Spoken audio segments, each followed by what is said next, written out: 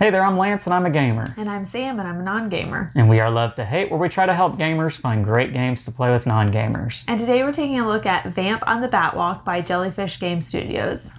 In Vamp on the Batwalk, you are going to be trying to win tricks. This is a trick-taking game, but you play as a vampire who is into fashion. You are a model, and you are going to be modeling off your fashion. But as is the case as a vampire, you have no reflection, so you can't see yourself when you look in the mirror. You can only go off of people's reactions.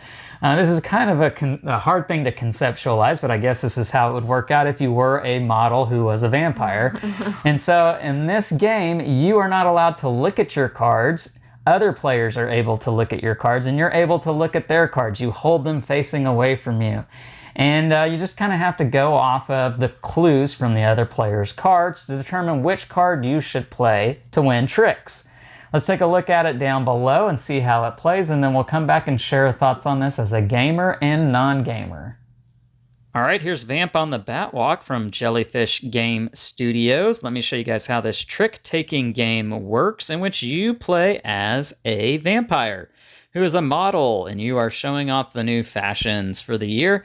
Problem is, you cannot see your reflection because you're a vampire, and so you have to use the other players to determine your fashionista or whatever. I don't know what the right word is, but you are going to be dealt a hand of 5 cards that you will not be able to look at, and they will face outward from you that the other players will be able to see, but again, you will not be able to see it yourself. On the backs of these cards are the different colors that you will be playing with for that particular game, because whichever player you play as, you are going to include their hand of cards.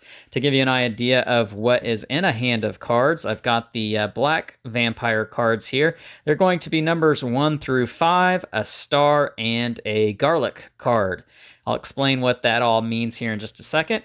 The box itself is actually going to be used in the gameplay. Let me turn it around here, as you have a stage, a catwalk, and you are going to put your standee that you are playing with on the start space, and this is going to be the score track because it's going to be a race to 10 points or whoever has the most after 3 rounds. Now, as I mentioned, you are going to have a hand of 5 cards dealt to you using the different suits for the different vampires that are in the game. As you can see, we've got red, blue, and yellow in the game. Let me go ahead and remove the other vampires from this area so I can show you how this works. 5 cards are dealt to you. They're going to be leftover cards that you're going to set aside, and that's going to give you a little bit of a hint. As you can see here, we've got 2 blue, 2 yellow, and 2 red. You can kind of deduce by looking at what the other player's cards are and what cards are not in that round as to what your cards might be, the cards that you're holding. And so how this will work is there'll be a start player. Let's just say it's this person over here. And real quick, while I'm looking at these cards, I want to point out these little guys right here. These are called Titans, and they are multi-use devices for board gaming. I will include a link in the description down below so you can check out more info on these little guys. They're soft little rubbery things. But anyhow, back to this game. So let's say that this player right here is going to play this 3. So they will take the 3 here, and they will just set it in the middle of the playing space. Now again, they didn't know that that was a 3, they just knew it was red. And so this player over here knows that red is the lead suit, and the 3 is the high card in the suit because it's the first card played, and so it is the lead card. And so that's the card that's going to win this round and get a point on this track, unless something else happens. So this player over here knows that they have 2 red cards, and it might be in their best interest to play a red so that it's higher than this 3. So they'll just play this 1 here, and so the 1, unfortunately, is not higher than the 3, so the 3 is still the lead card for right now. So I'd like to take a look at my hand here. I see what I have, and I'll go ahead and play my red card, not knowing what it is, and oh, it's the garlic. Now, the garlic is not going to beat the number cards because the number cards, the highest one, is always going to beat the garlic. So in this case here, the 3 is going to win. So this player over here will take these cards, and they will advance 1 step on the catwalk here, and they will lead the next hand. So perhaps maybe they play their other red card. And this player over here says, well, you know what? I'll play my other red card. Now, a star is going to beat any number card. So you can see here, star beats any number card. And this is kind of like paper, rock, scissors in a bit. So this player over here is currently leading with a star card. Well, take a look at my hand, and I don't have any red cards left. So I'm just going to pick this card right here, and I play it, and lo and behold, it is a star as well. Now, two things are going to happen in this instance. Whatever a card is played that directly matches the same symbol as the card previously played, so in this case we have 2 stars, that is called stealing the show here. You can see steal the show. And then that's going to award this player, the blue player, or the player who played this card, 1 point immediately. So the blue player will move forward 1 space, and they win this trick because this more recently played star is going to beat the older star. And that would happen even if the star card had been the first card played for that round. Doesn't matter. This card is more recently played and it becomes the lead card. And so the blue player would get another point. One other thing. Let's say that the blue player is going to play this card right here. They play it out here, and it's the garlic. Oh no, the garlic is not great, remember? Because any number will beat the garlic. Doesn't matter if it's this 4 or this 3, and again, this player doesn't know what they have, so they're just going to play this 4 right here. Then, this player over here decides they're going to play their yellow. Now, in this instance, we have a star. And whenever a star is played in the same hand as a garlic, doesn't matter if the star comes before the garlic or after the garlic is going to instantly become the best card in the pile. Because garlic always beats star. Even though the garlic cannot beat any number cards, when a star is involved in the same hand as the garlic becomes the best card. So in this case, I would win that hand and I would advance another step.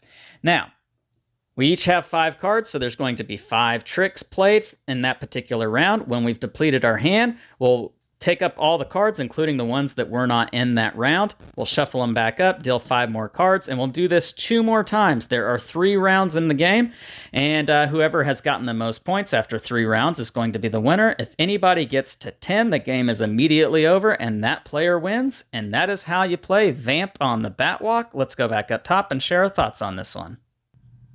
And we're back, and now you're going to check out some gameplay footage of a game between Sam and I and our kids as we share our thoughts on Vamp on the Batwalk from a gamer and non-gamer's perspective.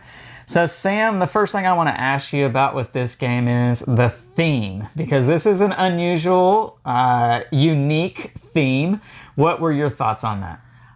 That our daughter would love it. Yeah. Our 7-year-old is very into fashion and Vampirina, and this is a very perfect game for little girls. Yeah, she absolutely really did want to play this game. Our boys wanted to check this out too, though. They thought this was unique. They wanted to see more about this. But we definitely got it with our daughter in mind. Yeah, for sure. And it is a unique thing. It's not one that you see a whole lot in board games, in the board gaming world. Fashion and catwalks and vampires, in this case, Batwalk. Yeah. But yeah, it's nice to kind of see something along those lines that leans that way. Was it fun for you? Is this something that you enjoyed? Yeah, it was fun. It's a very interactive game. The box turns into the stage, and that's fun. It's a very quick game. Yeah, 20 minutes or so. Yeah. And it's fine. I definitely think it says 8+. I think that's right on. Our daughter's almost 8 and needed a little bit of help, but overall she got it. I think she understood the rules and the concept. I think the help that she needed was in learning the strategy of how to play this game, because it is a bit of a different concept. Not being able to see your cards, you can see the suits, the colors on the back of your card, and that gives you an idea of what you might have, because process of elimination, I can see. But that critical thinking skill is there for adults and not really there for kids. But she did fine. She won the game that you're watching here. So she did great. Yeah. But it might have been a little bit more guessing than for me and Lance. Now, that being the case, there is luck involved in this game. It's a luck of the draw, what you're dealt, of course, but that's going to be true in every trick-taking game, just about. There is a little bit of deducing that you can do to improve your skills with this game, as we've already kind of talked about. But I think there is some strategy. There is a little bit of fun in this, in trying to play cards a certain manner to get other people to shed certain cards from their hands. So there's a tiny bit of strategy involved with that. All in all, I thought it was a fun game. I thought it was a unique experience. You mentioned it's only 20 minutes long, and it goes by quick. Yeah. It's a zippy game. I mean, it's a trick-taking game. So you're just playing a card, and then boom, hands over. Play another card, boom, hands over. So it goes quick. It's over before you even know it, kind of, in this game. So, all right, so let's get to pros and cons for Vamp on the Batwalk. Sam, what were the things you really liked about this one? I thought it was unique how the box turns into the board, essentially. So that's not something you see a lot. Yeah. The little people that you're working with. The standees. Yeah, they're pretty unique. Overall, I mean, it's a simple game. It's very easy to understand. It's very quick. So yeah. It's well produced. For Jellyfish Game Studio, they're a newer publisher out there. For them to come out with something that is well produced looks good on their part. It makes me want to check out whatever they come up with next. It's something that gives them good reputation in my book, and so that's a definite pro in my book on that. So. I think this is a unique game, and it's one that stands out in its way in the trick-taking world out there. And so if you can do something that's unique, that's great. What doesn't work for you with this game? Well, and this is obviously just me.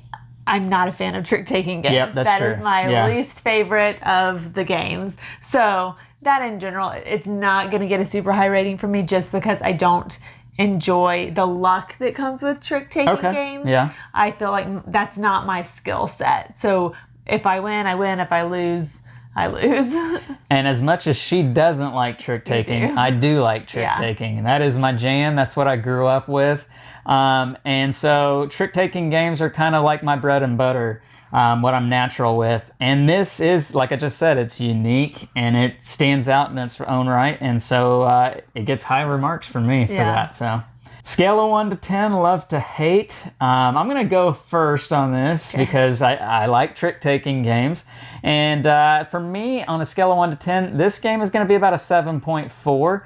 I do enjoy it. It's got its unique flair to it. And again, it holds its weight in the trick-taking world. The things I really like about it, I like that mechanic of not being able to see my cards and looking at other people. I think it's a game that I want to play with gamers more than I do non-gamers, because as we mentioned, that critical thinking is such an important concept with this game, and the more that's there, the more you're playing with well-experienced gamers that are going to be using that critical thinking skills, the more competitive this game is going to be, and it's going to feel kind of more like a duel. Like I'm winning this trick, but you're winning that trick, and it's going back and forth kind of thing. And when you get that, I think this game rocks. It really works well. So 7.4 for me. Where do you come down on this one? It's going to be a little bit lower. I'd probably give it a 6.8. Okay, 6.8, solid score for you.